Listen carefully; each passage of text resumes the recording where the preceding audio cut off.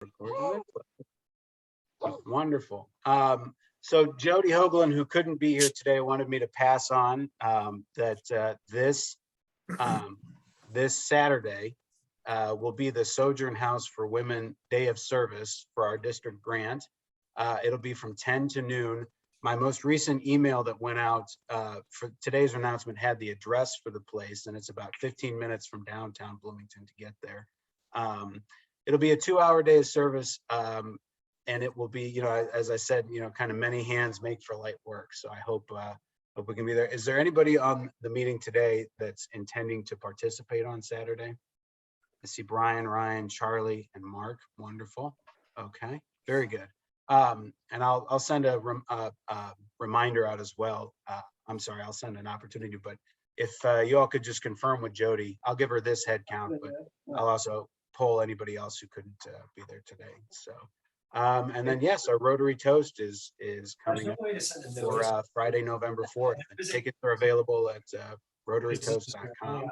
And I'm sorry, I say that. Brian, is it my Rotary Toast or? It's rotarytoast.com. rotarytoast.com. Last year we had 100% this Bloomington North Rotary participation, and we want to hit that mark again. So Charlotte Zitlow is going to be the benefit, is the Rotary being Rotarian being toasted. And remind me, Brian, what group are we supporting on her behalf? Is it Habitat for Community? Habitat for Humanity. All right. Well, I feel like I butchered those announcements, so I'm just going to turn it over to Brian now. Very quickly. First thing I'm going to do is I'm going to ask everybody to mute if you're not actually going to be the speaker, so that we don't have any of the background information. You may want to grab, I think Susan turned off her video rather than muting. There we go. All right. Our speaker today is Marilyn Wood, and she has been the director of the Monroe County Public Library since 2015. And served as the associate director for 2 years prior to that time. And I want to say, were you under Sarah Laughlin prior? Yes, Sarah hired me. And then Marilyn grew up in Brown County and attended IU for both her BA and her MLS. And she began the first 8 years of her library career at Indiana University. And then her family spent the next 17 years in Massachusetts, where Marilyn worked at the Harvard University Libraries, and the last several years as the associate director for collections management. Marilyn is married to Marty, and they have 2 adult children with 3 beautiful grandchildren. And I know the library has a lot of exciting things going on right now. So Marilyn, welcome, and we look forward to hearing about all the fun stuff going on at the library. Thanks, Brian. Yeah, we have, it's never dull here, I guess I would say. Each day we have something new to both celebrate and look forward to. So I am going to share with you what our new Southwest Branch Library is going to look like, and also talk to you a little bit about the ways that we're going to serve the community in this great new place. As you may know, the library is really much more than about books or being a place for books. We're really a community center, a destination, a hangout, and a place to read, learn, connect, and create. I heard earlier in this conversation, people were talking about playing the ukulele. Did you know that we have ukuleles that you can borrow from the library? So we have all sorts of things. We call it our library of things that may have book club kits or ukuleles or thumb drives. We actually lend laptops and other things. So there's a variety of things really that are in both in response to the needs of the community, and also ways that we can help to connect everyone regardless of your station in life. So some of you may have seen photos in the HT or on the library's website about our new branch, and I think I would describe them as being great teasers. And I have to admit that when I first saw the renderings of the new library, I was so excited. And so I'm really thrilled to be able to share it with you today too. But first, as is often the case, I do want to provide a little bit of background and some more context about how we got to the place that we are today. And I know that it will answer some of the questions that you might have, so I'll sort of preempt many of those. But many of you may know that it's taken a very long time for us to get to this place to build a new branch. The library board of trustees has really been planning literally for decades for a new library. And one of our, he's our president, John Walsh of the board of trustees, mentioned this when we were doing the groundbreaking, that this is his 16th year, his last year on the board, and they began talking about it his first year. So it's been a while. And as our community continued to grow, so did our need for another library. And community support for a new library has been strong for many years. The strategic plan back in 2003 spoke to access for the community, and the goal was that we would position the library to build a new branch by 2007. Fast forward 2013, there were focus groups and another strategic planning exercise that led to a strategic goal that was to plan and secure funding for a new site for a facility to meet our growing needs of the community. But as so often the case, there were a lot of competing priorities for funding and staffing resources, and the goals weren't achieved, but they weren't forgotten. And so in 2018, during that strategic planning process, we revisited that goal, but we dug a little bit deeper to find out exactly what the community wanted. And I think we had to ask some tough questions to really determine what the best library for the community was. We needed to find out if the community really needed a new branch, or if services could be extended in other ways, maybe another bookmobile, pop-up services, mobile units, librarians in the community. All of those things were on the table. But the feedback was really clear. The community expressed a need and a desire for a new branch. They wanted a place to gather, a destination, a place to learn, a place where they could participate in programs or hold meetings or meet friends, and as well as the traditional services that libraries have provided so well for years. So in 2018, we launched a branch feasibility study, and its purpose was really to enlist the community involvement to determine what the desires and needs in programs or services that we would offer at this new branch would look like. And we did it through scheduled community conversations. And we also had over 800 Monroe County residents who provided feedback via a survey. And then we translated that into new steps.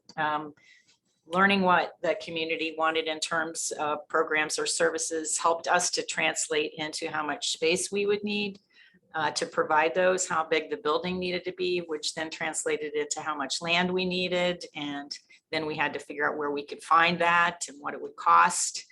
And so then with our staff, we developed a program and service plan. We identified the building size. We developed site specifications, the amenities that had been expressed during those community conversations that the folks wanted, in terms of things like being near the bike trails and or being on a bus line and or being in an area where we could actually be interactive with the environment, et cetera. So we developed a project cost, and then we could have a bigger conversation about whether or not it was feasible. In 2019, in February, we hired Christine Matthew Architects she presented in 2019 the plan, the feasibility study. She was hired to do that feasibility study. And that plan was unanimously approved by our board of trustees. And that was the point at which we began discussions with a real estate broker. And in the summer of 2019, the Matthew Architects were hired to design the new branch, the building. And we have worked with them in the past. They were also the architect for the recent expansion of the Ellettsville branch library, and also the 2015 renovation of the main library or downtown library. Finally, in the fall of 2019, we identified a potential site, and we continue to work through budget and funding options for us. And we've also been keeping in mind, and this is one of the things that delayed our building for a while. We were probably in a place for quite some time to be able to bond for the building of a new building, but it's operational costs that we had to be able to cover. So we over the course of many years have built up a surplus of operating costs so that we will be able to fund the new branch without any impact on our current two library branches. In December of 2019, we were also very lucky to get a community foundation grant, which helped us to be able to identify as part of our design process the inclusion of a teaching kitchen. And the fund or the community foundation grant will pay for the equipment in that new teaching kitchen, which I'll share with you a little bit more in a moment. So finally, in 2020 March, we signed the sale agreement with the Monroe County Community School Corporation to purchase a 5-acre swath of property that is next to Bachelor Middle School. And in summer 2020, we began development of what's required from the county for site and subdivision plans. And finally, in January of this year, we received approval of our subdivision and property, and we purchased the land and then finished our design development. And in June of this year, we approved a bond for the branch construction, which is at our current tax rate. And we have received bids by 3 local construction companies, and Strasser Construction was the winning bid, and we are now working with them. I have a meeting with them at 1 o'clock to continue talking about the plans for beginning to build. We are within weeks of breaking ground on that new building. So that's a long-winded way of telling you we've been working on this for a really long time before we got to this place. And so now, but this is the part that you may want to see, and this is the big reveal. So I am going to show you what our building is going to look like. Can I share my screen? Yes, you can share your screen.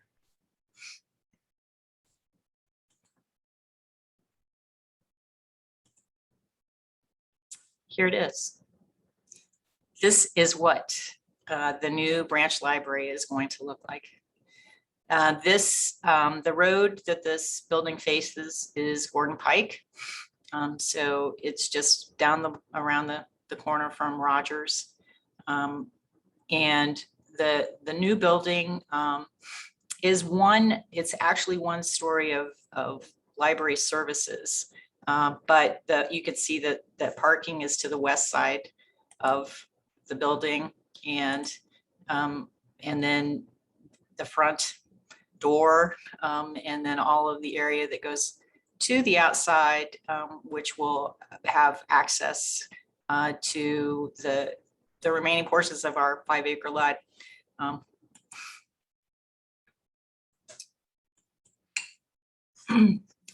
This is the atrium. So you can enter from either the front door and go directly into the first floor library space, or you can also enter from the garage, which is underneath this building. We created this building to have the least impact on the property that we're occupying. And so half of our parking is underneath and half of it is outside. And so you can enter from the garage and come up these stairs to the library space, which you can see is very open and light and airy, which I think will be very well received by everyone there. One of the things that we heard a lot from the folks when we were having community conversations was how much they wanted this building to fit right in with the property. Wherever we were, they wanted it to be a part of the scenery. So it's light filled. The trees are very much surrounding the building, and it's green and limestone and metal and wood. This is the children's area. So we've learned well from our other 2 locations what kids want to do in these spaces and how they want to play together and or have their own space and imaginative play. And so this is the rendering of what we anticipate this children's space to look like.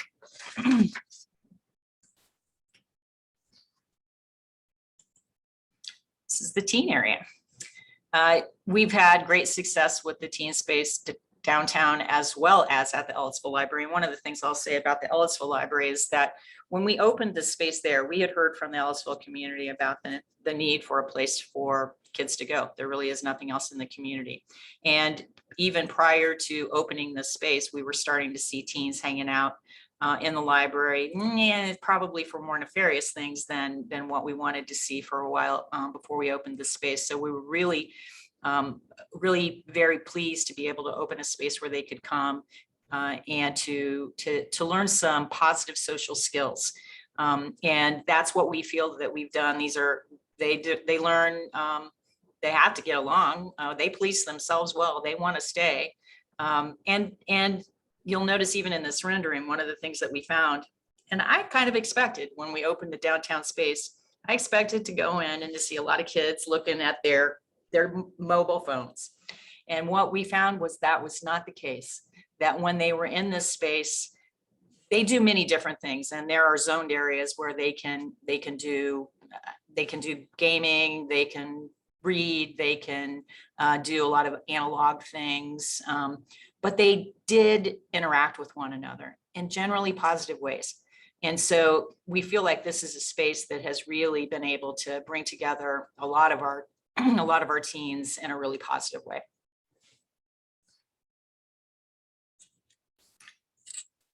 And this is the teaching kitchen.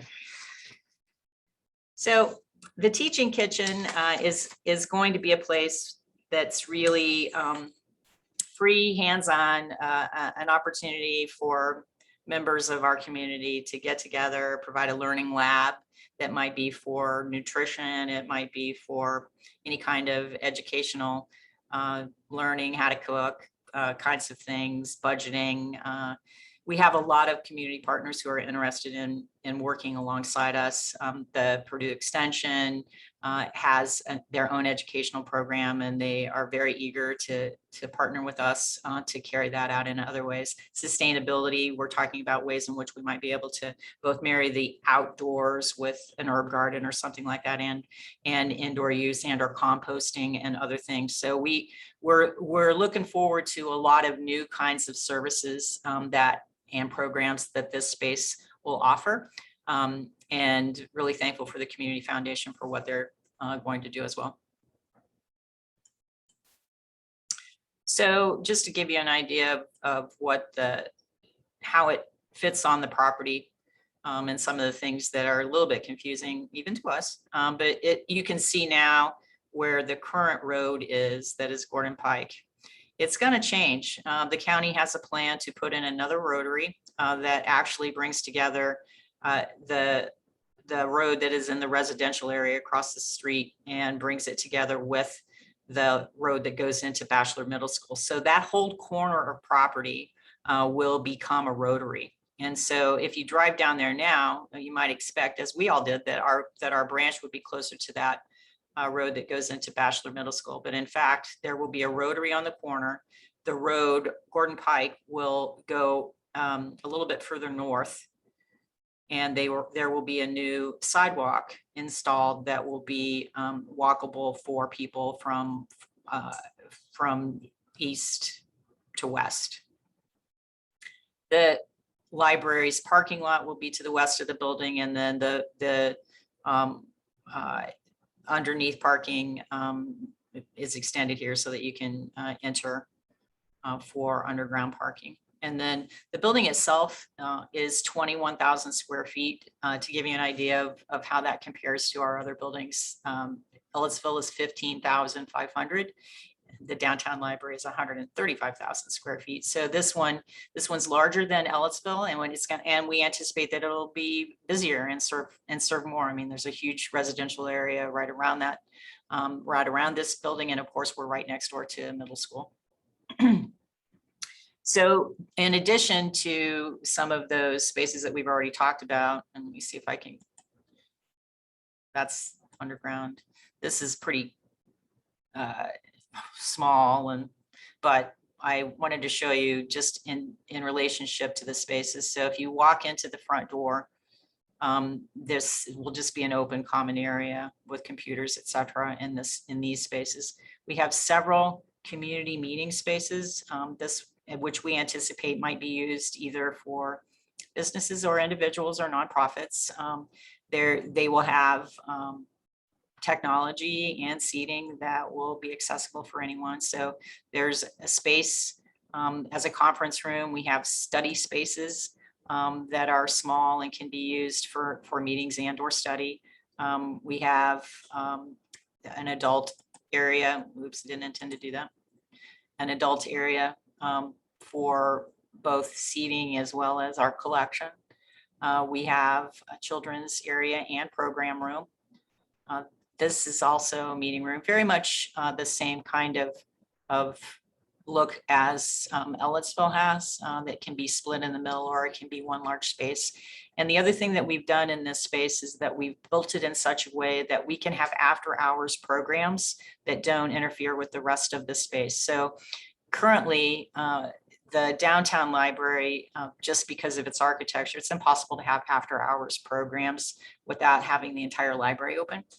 And so this is going to be built in such a way that we can close areas and still have after hours programs in any of these spaces that could be our kitchen, our meeting rooms, our teen space, or our collaborative all age spaces.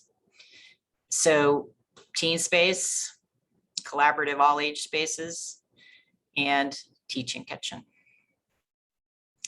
So we are, as I said, we're about ready to build. It's going to take about 15 months for the construction, and then there will be some time, obviously, for us to outfit it and get everything ready. So early 2023 is our expectation. If we can get started now, which we're hopeful for, we're awaiting one last permit from the county. The other thing that I didn't mention so much here was that outdoor spaces, and we are very thankful to have an amphitheater, and then that amphitheater space, which is it has 4 tiers of seating. It's approximately 30 feet in diameter, and it will accommodate about 150 people seating. And so we anticipate that we will have many community programs and or program partners within the community to make use of it. So we are beginning to plan in a way that we haven't in the past, because we haven't had outdoor spaces like this, but we will be able to expand upon the ability to work outside. We're really happy about that. So this is really, I think each one of our libraries is going to have its own identity. Certainly downtown has its own, and some of the amenities that are here that we can't replicate in other places. But the teen center here and studios that we have, video and recording studios, Ellettsville has its own vibe, and this one will as well, and certainly different things that we're going to be able to offer in terms of the kitchen and outside. So pretty exciting stuff. I am very happy to answer any questions that you have.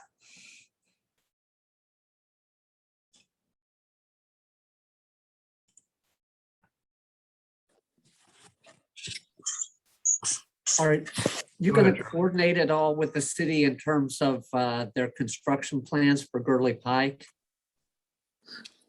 That's a county project. Oh, well, county, sorry. Yeah, and in terms of coordination, we have talked with them already, because obviously there are some things that, just in terms of the timing, there's some things we can't finish until they finish their work, like trees along the street and other things. And we've also had some conversation and verbal agreements that the way that their land will match up with ours will be such that people can walk from the street to the library, and that there will be paths. So that's the coordination that we've done so far. We'll have a library before that street's done. I have a question. I've been using the library more lately, and I'm very pleased with how helpful the staff people are. I mean, I can't find anything in the grocery store or the library, but the staff, they're really helpful. But here's my question.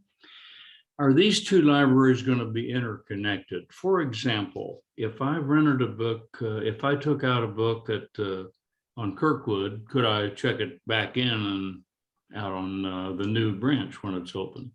Yes, you can.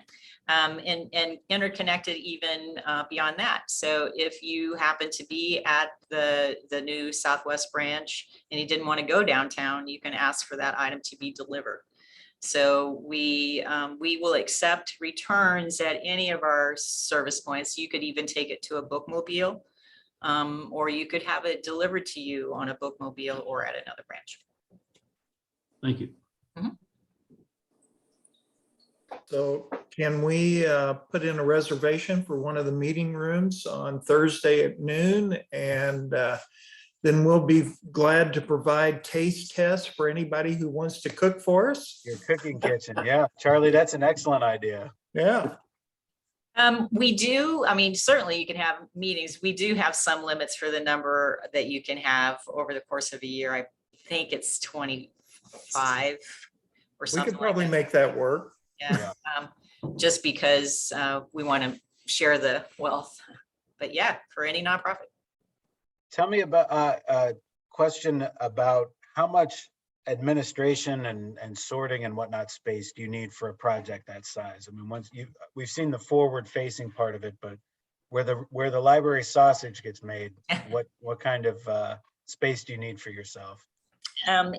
It's actually in between on that west side. We don't need a lot because we do most of our processing is centralized. So the books that are ordered they'll come in downtown and continue to be processed downtown and then just delivered. And so the space that we really need is just boxes, a place to check in the books that are received there.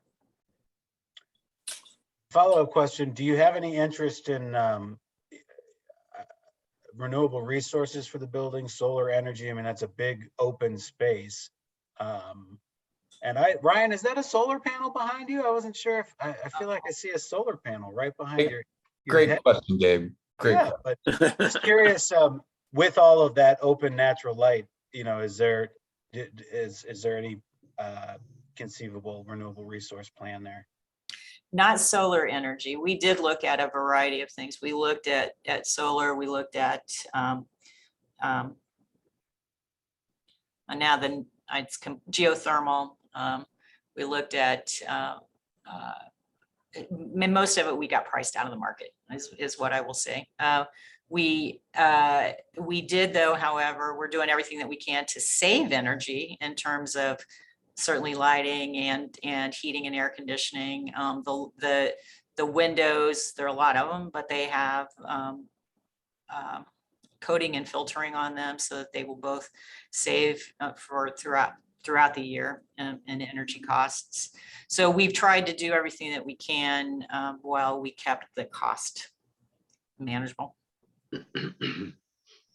Yeah, just to piggyback on that, I was actually going to ask about that, but within the context of what you mentioned earlier was operating costs, that idea that was one of the major hurdles that you had to overcome, and that, you know, those investments now in extra insulation or extra glazing efficiency or solar or high efficiency heating and cooling things are all investments made now that can save in operating costs long term. And I know that that's a very complicated equation, but yeah, glad to hear you're considering it at least.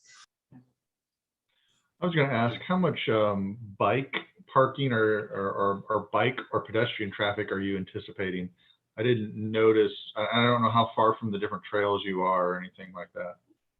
We're right off the trails. We have, I believe, 12 spaces for bicycles and or scooters that are right beside the entryway at the parking lot. So, and it's covered. So we're trying to encourage people to have a good, safe place for bicycles when they come. So I do know that we heard frequently from people that they wanted to be able to bike there. So hopefully we will see a lot of it.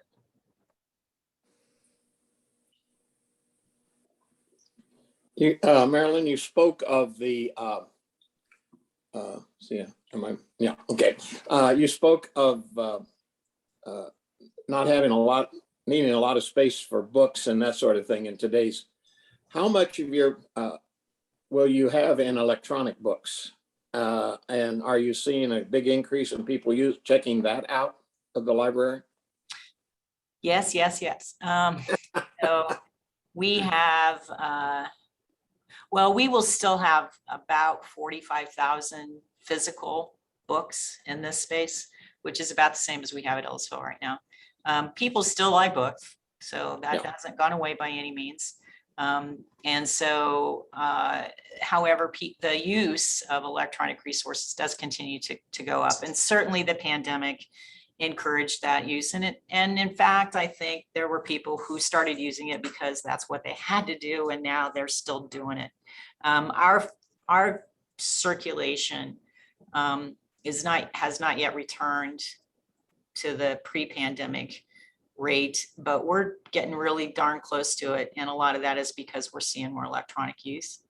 So electronic use obviously doesn't have a physical ownership. So anybody that has a library card can get into any of our electronic resources, no matter where you are, even on vacation. So there's some value in that for folks to be able to access. But we will continue to have a pretty robust physical collection. Good. I'm shocked nobody's asked this, so I'll ask it even though I know the answer, and that is, how has it been since you got rid of having fees and late fees and library fees? It's been great. So obviously one of the reasons that we went that direction was because we felt like we knew there were a lot of people that in the community that were disenfranchised, unable to use the library because they had outstanding fees. And some of those fees had been outstanding for 10 years, right? So, and the other part was that what we really want is to get kids in here. So if we don't have their parents coming in, they're not bringing their kids. And so we did a lot of research. We found out, and obviously we're not the first ones to do this, but we looked at other libraries to see what they found about the return of their materials, because the stewardship issue was ultimately it. If you didn't charge fees, was there any teeth anymore in getting books back? And what we found was that it's great, people return their books. The truth of the matter is the teeth that we put in it was not from fines, because that was the punitive nature of it. The teeth that we put in it was, bring your books back. If you bring them back, we have no issue. It's the stuff that we want to see. It's not your money. And so we bill quicker than we did before for non-return, and we get the books back. So it's been an excellent thing. I'm totally asking for a friend, but if you had a large overdue balance, has that since been written off with the change in policy? Yes, it was. Excellent.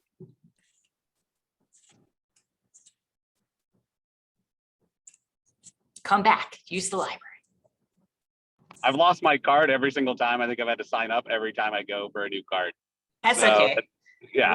We're good with it.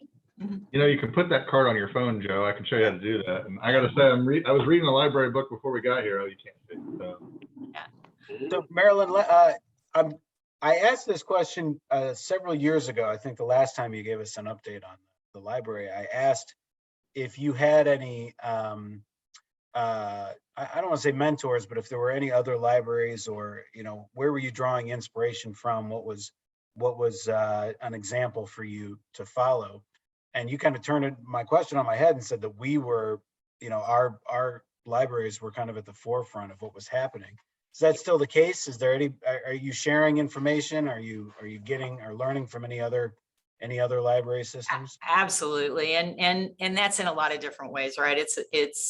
We look to other libraries to find out how they, the programs they offer, or the new services they offer, or how they engage with their community in a different way, or how they have a happier staff, or a more satisfying job and retention rates, et cetera. So there's a lot of things that we do and look to other libraries. We're still up there as one that I would say people look. I get a lot of calls from my colleagues in Indiana about how we're doing something, because they want to emulate. But I also look to them, and we have a group called the Adult Play Group. It's the directors of large public libraries in Indiana. And in fact, we're meeting on the 4th of November, 4th and 5th of November. I'll be back in time for the toast, but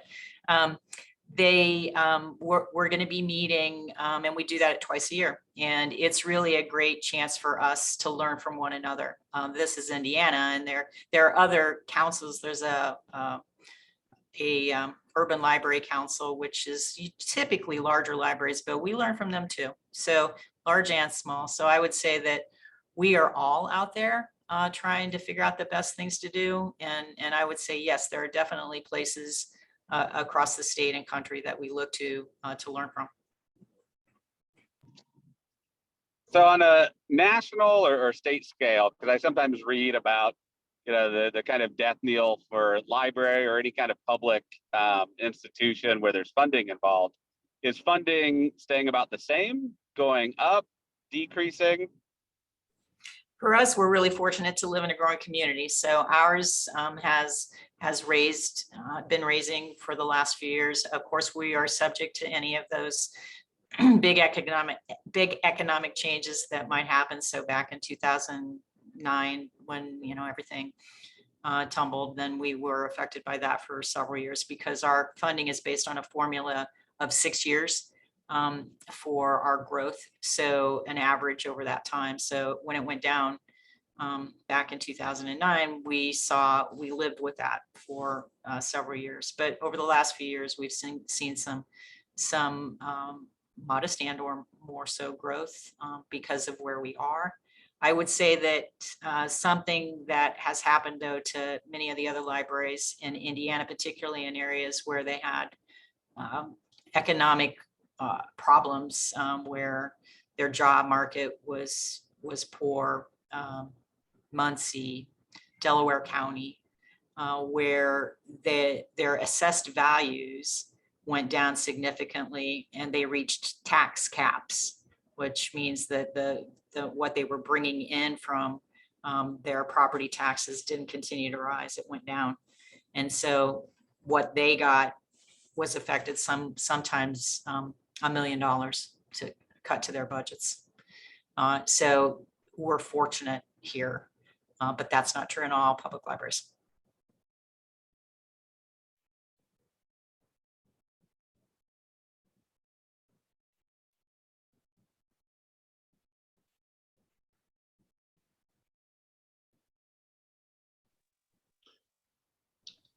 So when am I going to see you all in the library? Yeah. I think Vic was starting to ask a question there.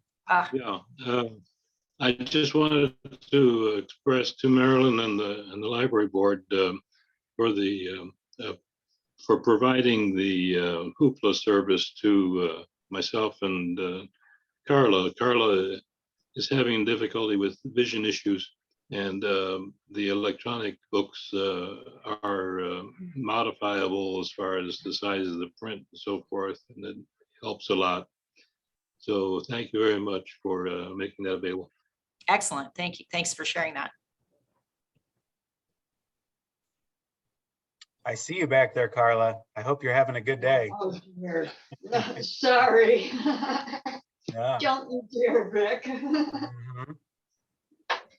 Thank To answer you. your question, my wife and I come in almost every week, so you'll see us on a regular basis, Marilyn. Excellent.